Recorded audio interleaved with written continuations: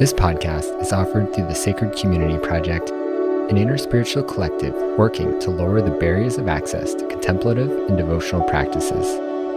Through the universal teachings of love, service, remembrance, and truth, SCP utilizes modern technology to promote eternal values. Learn more at sacredcommunityproject.org. Hello, and welcome to another episode of the Baby Teeth Podcast, where we talk about anything and everything under the sun, because guess what? It's all also the sun. It's all divine. It's all God. It's all the same thing. This week's podcast features Bonnie Violet, who is a trans femme, genderqueer, spiritual drag artist, identity doula, and digital chaplain. It was really a treat to get to sit down and talk with her. This recording is actually from my time on Maui in Hanuman, Maui. So that being said, there was a lot of internet snafus that hopefully I cleaned up so they're not too noticeable now, but I'll give you a heads up just in case. You know, so much of making this podcast is actually a journey in and of itself. Every part of the production, the scheduling, the recording, the editing especially. And they're all just opportunities for me to just keep addressing things that come up in my mind again and again and again. And, you know, I could go in and list what all those things are, but I feel like that would actually be giving them even more power. But for the sake of, you know, we're all going through this together, so I'm sure there's at least somebody who's listening to this who is finding similar themes pop up for them. A lot of what comes up for me around all this is actually shame. I create ways to feel bad about parts about what I'm doing because it's not to a perfectionist standard, and that standard is impossible to reach. It's kind of the design of it. And so, yeah, a lot of this has been a process of moving forward and hearing those thoughts when they come up, but not giving them more credit than they inherently have, and giving them power over me making a decision or not making a decision.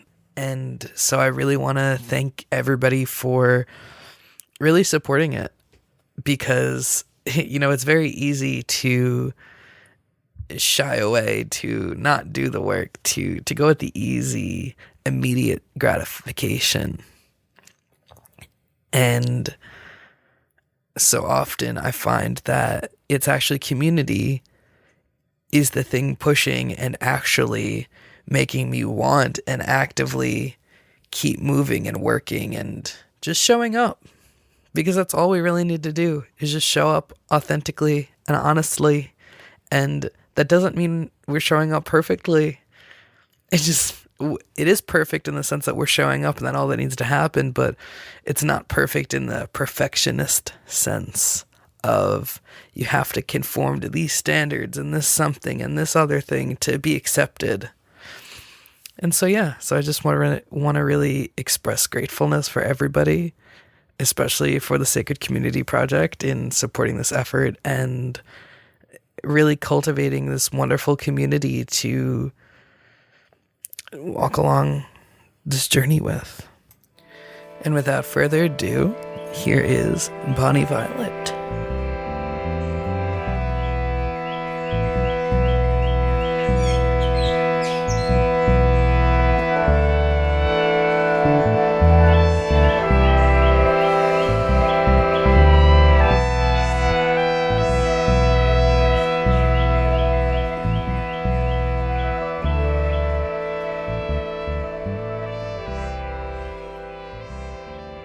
So I'm prepped. I'm ready to go.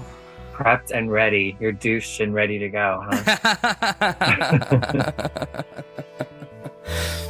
Do you find that, let me start with this actually, because this is something I've just been kind of investigating. Especially because I've been in less explicitly queer spaces recently, being here on Maui. Do you find in your experience that like there is a difference in being in a space that is explicitly queer in some kind of way? Um, yeah, yeah, I think so. I mean, I, yeah, I would say like in general, yes. Mm-hmm. But I think I'm often, I just feel like you're often not in queer spaces as much. You know what I mean? I just feel like I have to navigate being in non-queer spaces so often as well that I think landing in a queer space does feel, it just feels more comfortable, like more open. Do you find that like when you talk to other people, other queer people, do you like bring up your chaplaincy, like that part of what you're doing? Mm. Um, I do a bit. I, it definitely, it's not, like it's such a big part of who I am anymore. And I've been holding it for so long that it usually does come out fairly quickly in some form or the other, even if it's not like, oh, I'm a chaplain. I think people get that I'm probably spiritual in some form, probably within very little time at all, even though I am mindful about how other people could be hearing me. And so often I will think about the words that I use to describe being spiritual, depending upon the environment that I'm in. So if I'm kind of like with new queer people or LGBTQ people or whatever, I would probably not necessarily use the word God or use the word religion or church. I might say spiritual, and I might say like a higher power or universe, or oftentimes I will say like more than one like type of God or belief system or whatever, and kind of have a little bit more ambiguity, I think, um, in that. If that makes Mm-hmm. sense. Mm-hmm. Yeah, I definitely hear what you're saying.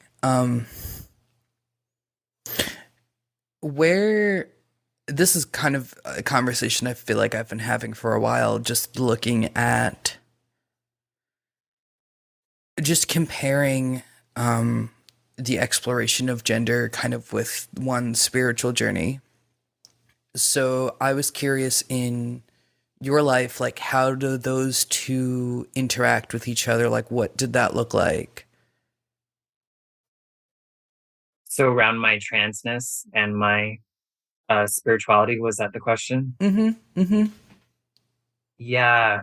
Well, for me, I often say that my transness and identifying as trans and living into my trans identity, I think is my connection with or seeking of God, or something bigger than myself that I am a part of.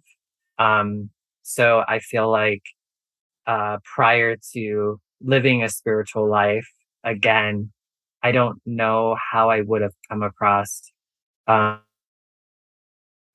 being able to like hold my fullness, the fullness of who I am. Um, I don't know if I would have got there because drugs and alcohol and other sorts of things were just kind of robbing me of access to an intentional and an intentional connection to God or spirit or creator or however way you want to define that. Um, I believe that it was always there, but I didn't necessarily have the intention or the awareness that that was the case. That, um, I'm not sure where I'm going now. What did that what was the order of things? Like, did you figure out you were trans first, or did you start exploring spiritual things first? Mm. The transness came after started living a spiritual life. And like I had identified as being queer. I knew that I was not like just a gay man, I guess. Like I knew that there was something different from me, but I just didn't quite know what it was, prior to finding spirituality again. I was super involved in spirituality when I was young, when I was a child. I loved church and I loved religion and I loved the God I met in church. And partially, I just loved being in the space. I felt for me, it was a sanctuary away from my family and from school. So I felt safe in that. And then later on in life, when I was 19, I got infected with HIV. So after my HIV diagnosis, I felt like I had to leave church because I felt like, and I was really involved with church. I was living in Arizona at the I was going to, I just stepped out of going to school at a Southern Baptist university where I was studying to be a youth pastor. But I had stepped away from that and talking about the fact that I had HIV was something I wanted to do at church, but because I wasn't like out about my uh, sexual orientation and all that sort of stuff, it then brought up this idea of having to come out and then talking about my HIV status. And I just didn't feel like the church was going to be like okay with that. And so I left kind of church and that sort of environment. And sought refuge in drugs and alcohol and the kind of club scene, raver scene, I guess, of the late 90s, early 2000s. And I lived in that for quite a while. It would have been about, yeah, I mean, I got sober at 29, and that's when, so about 10 years after my HIV diagnosis, I got sober, and that was kind of my reintroduction of spirituality in my life again. Um, as also a queer person, like I didn't know that I could be queer and have God or have some sort of religion or spiritual way of living until I got into recovery. And in some of the groups that I was in, I heard and saw queer people and trans people and junkies and like people who weren't supposed to have God talked about God and talked about the spiritual way of living. And they were living lives without drugs and alcohol, and they were living lives that were full and lives that I wanted to have for myself too, you know? And so that really kind of opened me up to spirituality again. And it wasn't the, it wasn't it wasn't the God I grew up with and in the church, in the ways that I grew up, but I eventually was able to, for a long time, I just had faith in other people's understanding of God or other people's understanding of shit that made me. Like I had a lot of faith in people who just seemed to be further along than I was. And so I found mentors and people that helped me, come to my own understanding of a higher power and what God is and what God isn't, or, those sorts of things. Like they kind of walked me through that process of just come that was loving and accessible and really was the God that always known God to be, but somewhere somehow God got too small, or my understanding of God, or my understanding of it got small, and it wasn't big enough. Um, and it's not necessarily God that fails me, but it's my understanding of God that fails me. And that's a lot of why I love talking with people about spirituality and their understanding of God or the universe and whatever words and ways they talk about their spiritual life. It just allows my understanding of God to become bigger and more expansive, which allows me to feel more I guess satisfied and content in I guess in God, in purpose, in life, and my being in it, and my knowing what to do while in it as well. you Mm. know. Mm.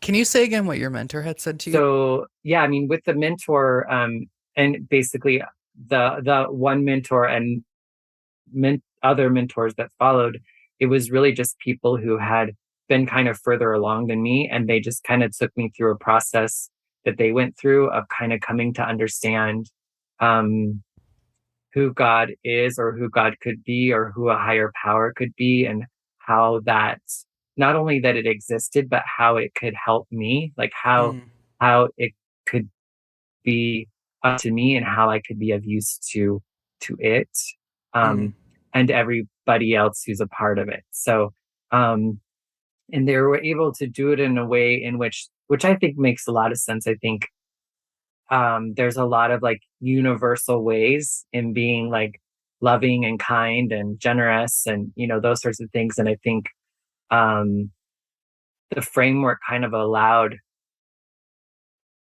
for those sorts of principles and those sorts of values to exist.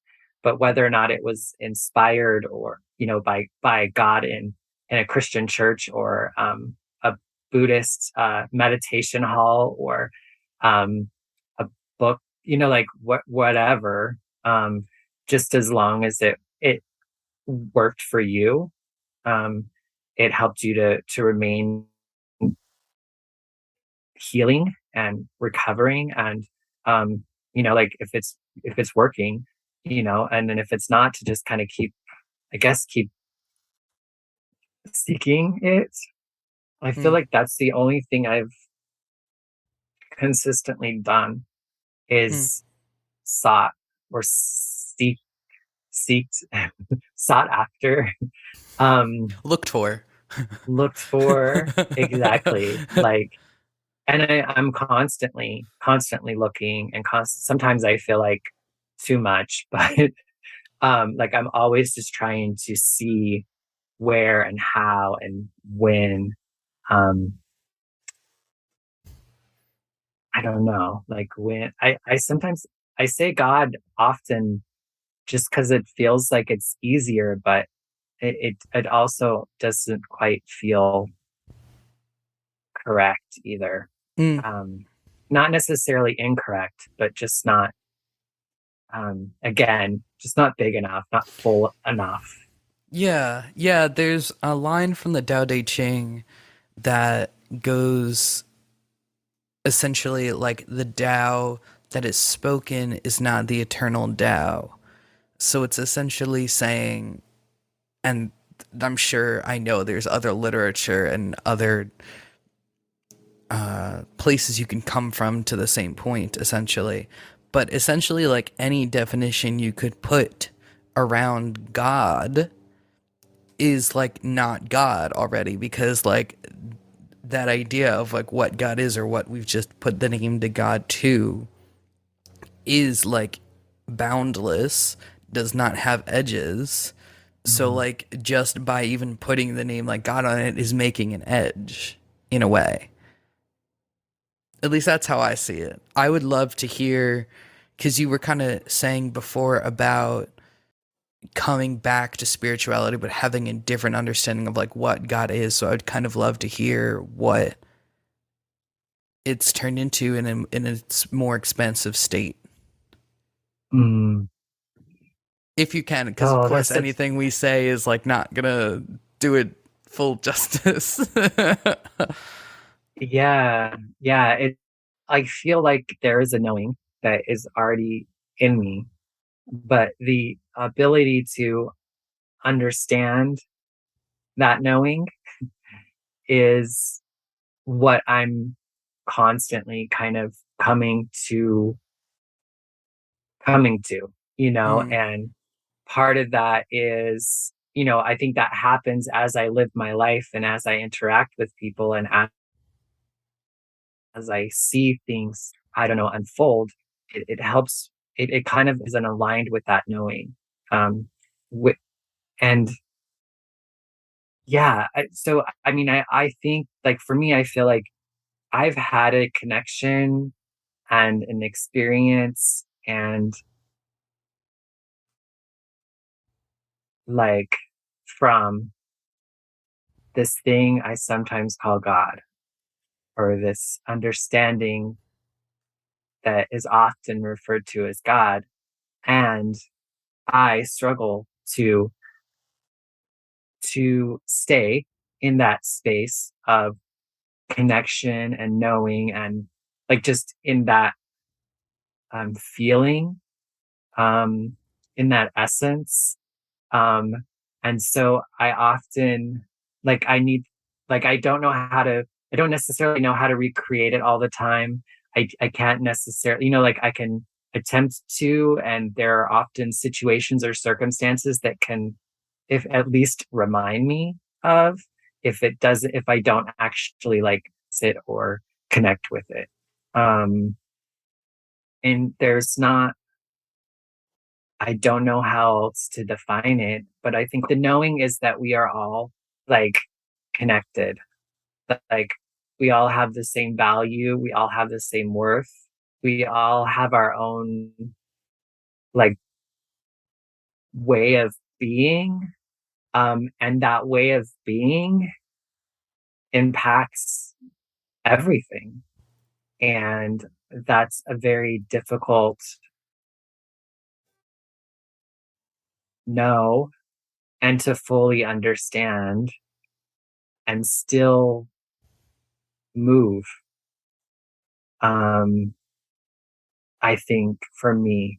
Um, and so oftentimes I have to be suspended from that belief and understanding in order to be, Mm. um, to not get so concerned or overwhelmed by by all of it, right? And Mm. and knowing that I am a part of it all, and it all is a part of me. Sub-ek. What's that? Sub-ek. That is the big teaching of our Guru Maharaji. It's Mm. Hindi for all one. Oh, gotcha. Yeah. Yeah. I love the way you talk about that knowing, and it's so.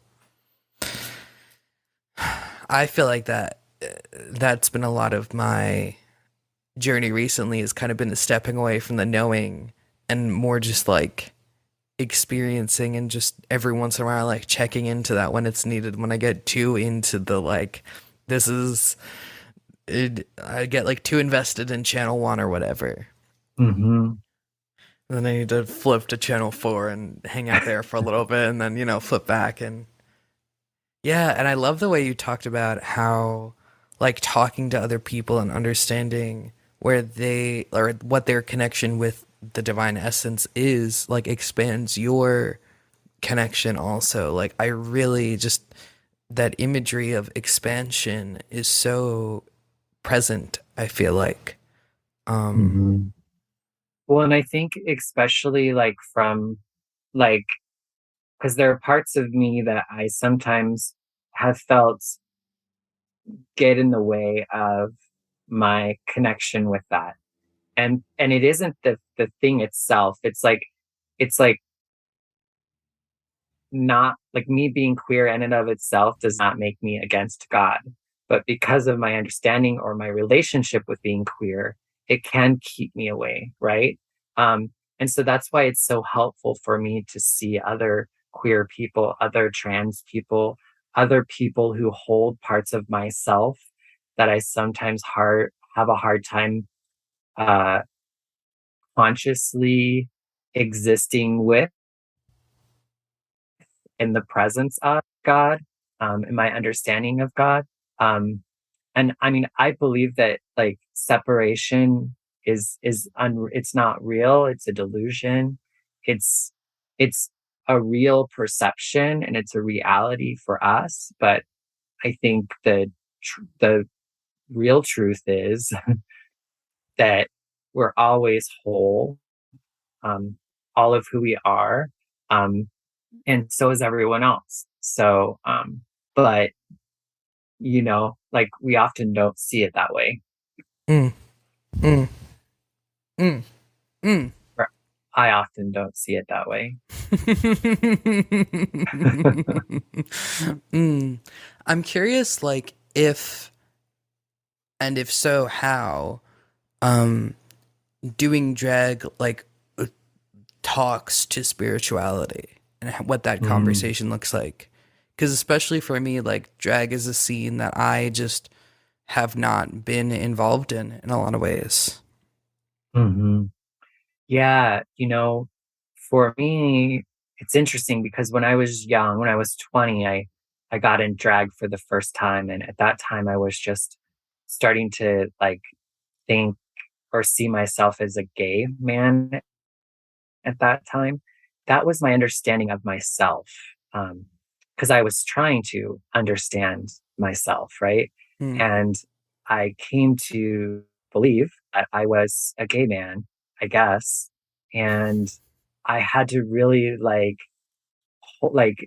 I didn't know what that meant. I didn't know what that was. And so I had a lot of like insecurity, I think, in that, and just like I just didn't know how to fully hold it. But I was like, no, this is it. When I did drag though, I had guys that would hit on me when I was in drag, the same guys as when I was a boy, as when I was a girl. And I was just like, no, like I'm a boy who like I'm a dude who likes dudes, not a dude who wants to be a girl, right? And so and for whatever reason I felt like I needed to make that clear. mm, Like I just couldn't hold that truth. Now as a trans person, I can call that or label that internalized transphobia. mm, Um, but I think I wasn't able, like I wasn't able to live into that part of myself. I hadn't well, I didn't even know what it was, but when I did drag again, I didn't do drag again until 20 years later, after I was sober and after I had been living a spiritual life for 10 plus years or right around 10 years. And I did drag after the death of a friend of mine who was a beautiful drag queen. And I'd always kind of had this like affinity and this draw and this almost enamored. I was just very drawn to the art of drag. And I'd even already started interviewing people about I had started interviewing drag artists about their spirituality because I saw them as spiritual like leaders for our community. Because they were kind of like our preachers or our priests or our bishops or our gurus or whatever, because they were the ones that were, from my point of view, they were the ones who were up on the pulpit, so to speak. They were up on the stage. They were showing us how to live life, to get life. They were giving us life, as the kids say. And like they also were like raising money to take care of us because we needed help. And mm, like so to me, I feel like that's what church was: going to a space to feel good, to feel seen, to feel loved, to feel supported, to get your life, so to speak. And not feel judged and not feel, like all those sorts of things that, I just saw drag artists kind of doing that. And it kind of, I thought there was power in them being able to call it that, knowing that some may not be able to do that and may not ever want to call it that.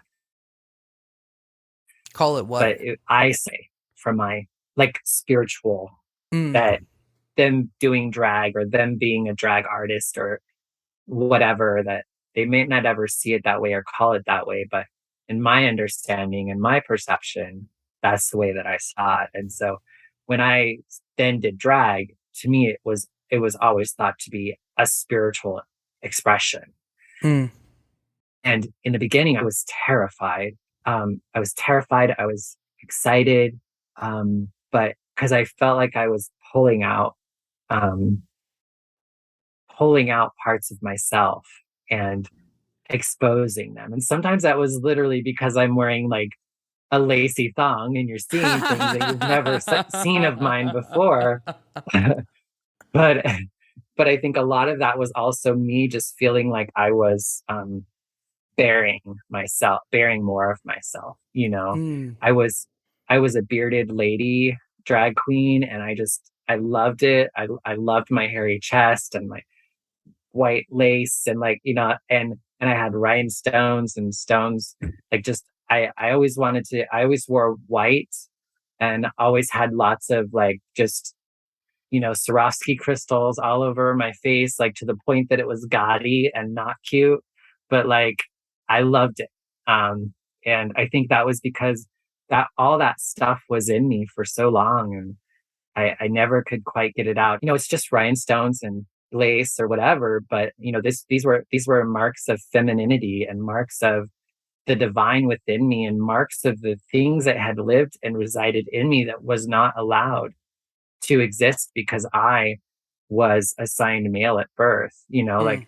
because I was assigned male at birth, my father attacked my femininity on the daily, you know? And then I grew up in a world as well that it wasn't just my father, it was God. It was my mother's inability to say something to my father. It was, and eventually it was me. I was censoring myself in order to be correct, in order to be holy. Like those were all things that had I guess, kept that in me for so long, and Mm. I feel like I've gotten to the point where, like, so at first it was kind of like, bleh. It was like, like all of it just had to come out. And over time, I've been able to kind of like, I don't know, refine it a little bit. I don't know where I was going with all that, but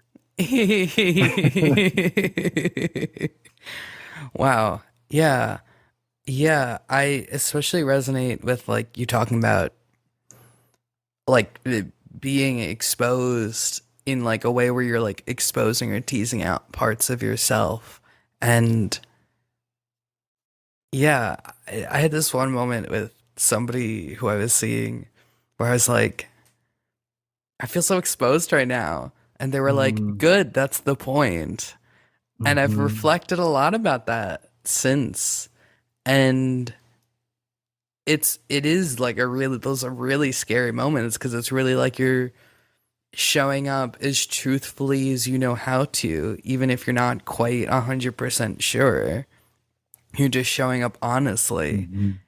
And there's definitely like you're opening yourself up to who knows what because of that, because you're just opening yourself up to Yeah. yourself. Yeah. And as like a trans femme person who was doing feminine drag, I only know my experience. I don't know if a cis gay man has a different experience with it than I do.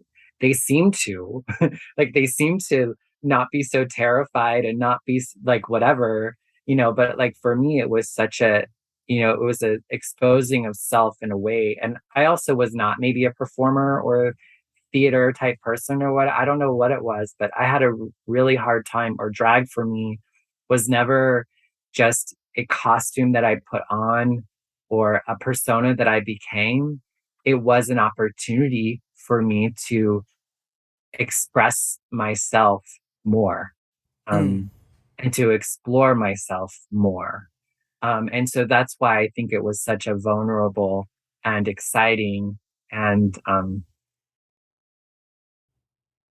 liberating act and practice, really. mm, And and that's when I came to, and then I never wanted to get out of my drag. Like I wanted to, like, after the show or after the thing was done, I wanted to just go walk the streets all night, and I wanted to like see people light up, and I wanted to just feel the way that I felt. So many people who did drag around me were like, they're like, oh, I can't wait to get this off. And that was just not my experience. I was like, I want to stay in this. Like, not necessarily like in this, but there was like elements where it's like, why do I, like, I don't want to, I don't know, like, I want to be in this more, or I want to explore more of this. And so, um, and drag was a place that I think I could safely like jump into that role, and I could be in public and be in this expression way, and feel like I had, like, it was like I had permission to do that. Right. Because that's kind of what was expected. And it seemed like there was some safety in that, you know? Mm. And yeah, eventually I guess stopped taking it off, and who I was in drag or out of drag um becomes less and less clear. Mm. Um and I don't know where that ends, you know, like I don't know where, I guess, my transness ends and my drag begins, you Mm. know. Uh but you know, I don't know. There's a difference. maybe a few less Maybe a few less rhinestones for me, at least at this point. A wig usually is like a sign of drag for me, uh but not always lately. So I don't know. Mm. It's I'm still figuring that out. And I Mm. wouldn't be surprised if my drag eventually became more masculine, for Interesting. gender fuckery. Wow. Wow. One of the things that's been surprising to me is that as I've started identifying as trans and living in that trans femme identity, it's become almost more challenging for me to be in my femininity. Um, it feels harder for some reason. It's really hard to explain, and not enough sometimes. Whereas when I saw myself as a man who a bearded lady man or whatever, like I um I almost seemed too like the femininity seemed excessive, or but it seemed to fit me. You know what I mean? And so it's been interesting to kind of get to a space in which I'm finally feel like I'm living into more of that femininity, and it's more it's like something new. And Mm. it's I'm like I'm still kind of figuring that out again, um, or differently. And a big part is too, it's like I fight that idea of what it means anyway to be feminine or masculine. And yet, um, oftentimes I feel pulled and drawn to being uh, more uh, expected feminine presentation. And sometimes I fight that, and sometimes because I am such a queer person, I'm such a non-binary thinker,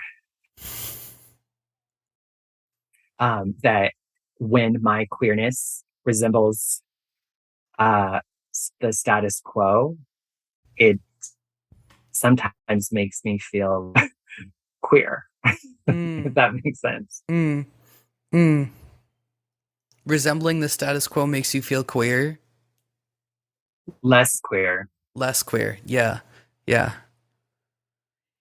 even Yeah. though I'm still like you know what I mean? Like I'm still Yeah, like nothing has queer, just changed. hmm I was just gonna say, I feel like I've definitely recently have been exploring not even necessarily like femininity and masculinity, because like I see those almost as like societal constructs, but like just really getting hmm in touch with like what feminine energy and what masculine energy just like is, purely because they are like things like, as much as I try to like, and maybe the fault lies in the trying, but as much as I try to like deconstruct gender and the notion of in our zeitgeist, like there's still like this core something that we're playing with. And I think what I've been able to discern it down to has been like the feminine and masculine energies, and like how, because they're energies, they can move in this like 3 or 4 dimensional space that's hmm outside of just necessarily one or another box. right. Yeah, I mean, it's definitely like I don't know that I've heard much talk about the masculine feminine spectrum as far as like the words. and I like the idea. I've heard somebody recently say not the idea of a spectrum, but just like, kind of like what you were saying, like just like it's two ways of being in all of these that is often put as opposites, but they're not necessarily, you know what I mean? Mm-hmm. Like they don't have defining opposites, if that makes sense. Mm-hmm. I don't think there really are true opposites, like ever.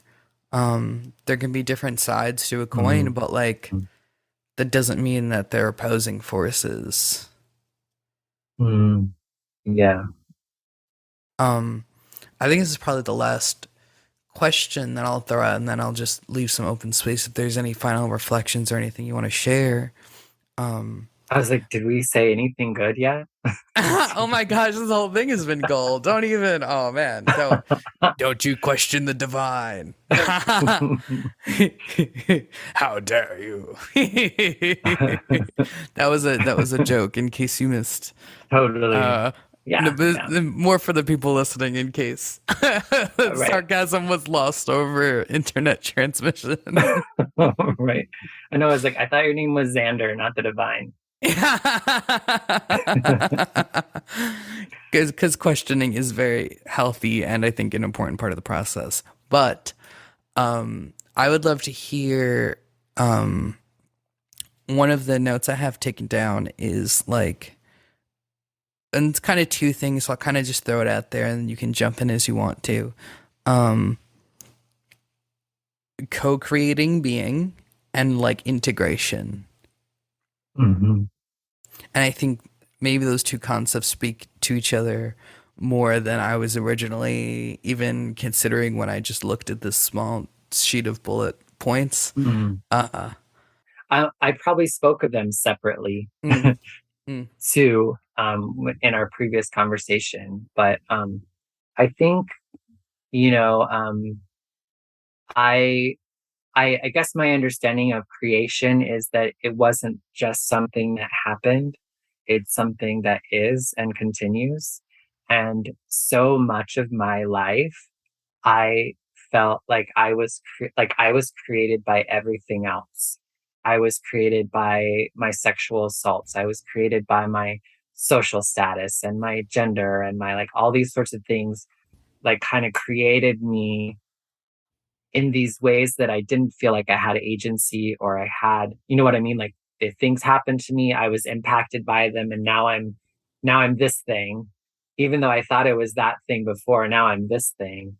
And I think I'm at a place in my life where I understand my own agency, where yes, something can come at me, something can impact me, something can cause me to change and be different than what I was.